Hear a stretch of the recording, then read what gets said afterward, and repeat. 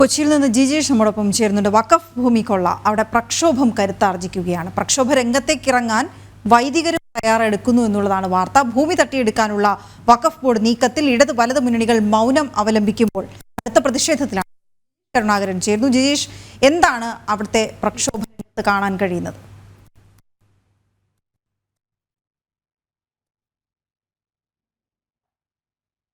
വഖഫ് പ്രക്ഷോഭങ്ങൾ, വഖഫ് ഭൂമി കൊള്ളയുമായി ബന്ധപ്പെട്ട പ്രക്ഷോഭങ്ങളെ സംബന്ധിച്ചിടത്തോളം അത് കൂടുതൽ കരുത്താർജിക്കുന്ന അല്ലെങ്കിൽ സമീപ ദിവസങ്ങളിൽ നിന്ന് വ്യത്യസ്തമായി കൂടുതൽ ശക്തിയോടുകൂടി മുന്നോട്ട് പോകുന്നു. കാരണം അവരെ സംബന്ധിച്ചിടത്തോളം അത് ജീവൻ മരണ പോരാട്ടമാണ്. തങ്ങൾ ജീവിക്കുന്ന മണ്ണ് സംരക്ഷിക്കുക എന്ന ഒരു ആവശ്യം അല്ലെങ്കിൽ ആ ഒരു മറ്റു മാർഗമില്ലാത്ത സാഹചര്യത്തിലാണ് അവർ സമരത്തിലേക്ക് പോകുന്നത്. നമുക്ക് അറിയാവുന്നതുപോലെ തന്നെ 610ഓളം കുടുംബങ്ങളാണ് ചെറായി മുനമ്പം ഭാഗങ്ങളിൽ നിന്ന് വഖഫ് ബോർഡ് ഇത്തരത്തിൽ ഭൂമിക്കായി അവകാശവാദം ഉന്നയിച്ച പശ്ചാത്തലത്തിൽ അവിടെ നിന്ന് കുടിയൊഴിയേണ്ട ഒരു സാഹചര്യം ഉണ്ടായിരിക്കുന്നത്.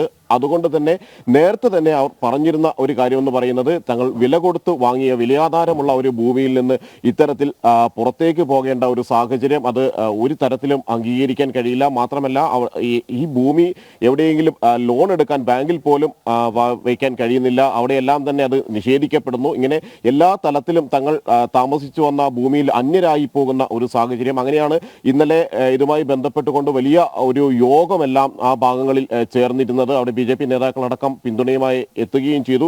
അവർ അതിൽ വ്യക്തമാക്കിയിരുന്നത് ഈ സംയുക്ത പാർലമെന്ററി സമിതി ഇക്കാര്യത്തിൽ അനുകൂലമായ ഒരു സമീപനം എടുക്കുമെന്ന ഉറപ്പ് പാർലമെന്ററി സമിതി അംഗങ്ങളിൽ നിന്ന് ഇക്കാര്യത്തിൽ ഉണ്ടാവുകയും ചെയ്തിട്ടുണ്ട്. അതുകൊണ്ട് തന്നെ ഇനിയുള്ള ദിവസങ്ങളിൽ ഇടതു വലതു മുന്നണിയിൽ ഇക്കാര്യത്തിൽ യാതൊരു തരത്തിലുള്ള സമരങ്ങൾക്കോ പിന്തുണയുമായോ ഇതുവരെ രംഗത്ത് വന്നിട്ടില്ല. MP അടക്കം, എറണാകുളത്തെ പ്രതിനിധീകരിക്കുന്ന MP അടക്കം തങ്ങളുടെ ഭാഗത്ത് നിന്ന് സംസാരിക്കാനോ തങ്ങളെ കേൾക്കാനോ തയ്യാറായില്ല എന്ന വലിയ പരാതി മുനമ്പം ഭാഗത്തെ മത്സ്യത്തൊഴിലാളികൾക്ക്, തീരദേശവാസികൾക്കുണ്ട്. അതുകൊണ്ട് തന്നെ ഇക്കാര്യത്തിൽ കൃത്യമായി തന്നെ വരുന്ന ദിവസങ്ങളിൽ കൂടുതൽ ശക്തമായ സമരം, അത് വൈദികരടക്കം, കാരണം വെള്ളാങ്കണ്ണി മാതാ പള്ളി അടക്കം അവിടെ നിന്ന് പൊളിച്ചു മാറ്റേണ്ട ഒരു സ്ഥിതി, അവിടെ നിന്ന് ഒഴിഞ്ഞു പോകേണ്ട സ്ഥിതി ഉണ്ട് എന്നതുകൊണ്ട് തന്നെ വിശ്വാസികളുടെ ഒരു പ്രതിഷേധം, സാധാരണ ജനങ്ങളുടെ പ്രതിഷേധം, വൈദികർ കൂടി പങ്കെടുക്കുന്ന പ്രതിഷേധത്തിലേക്ക് തന്നെയാണ് ഇതെല്ലാം നീങ്ങുന്നത്.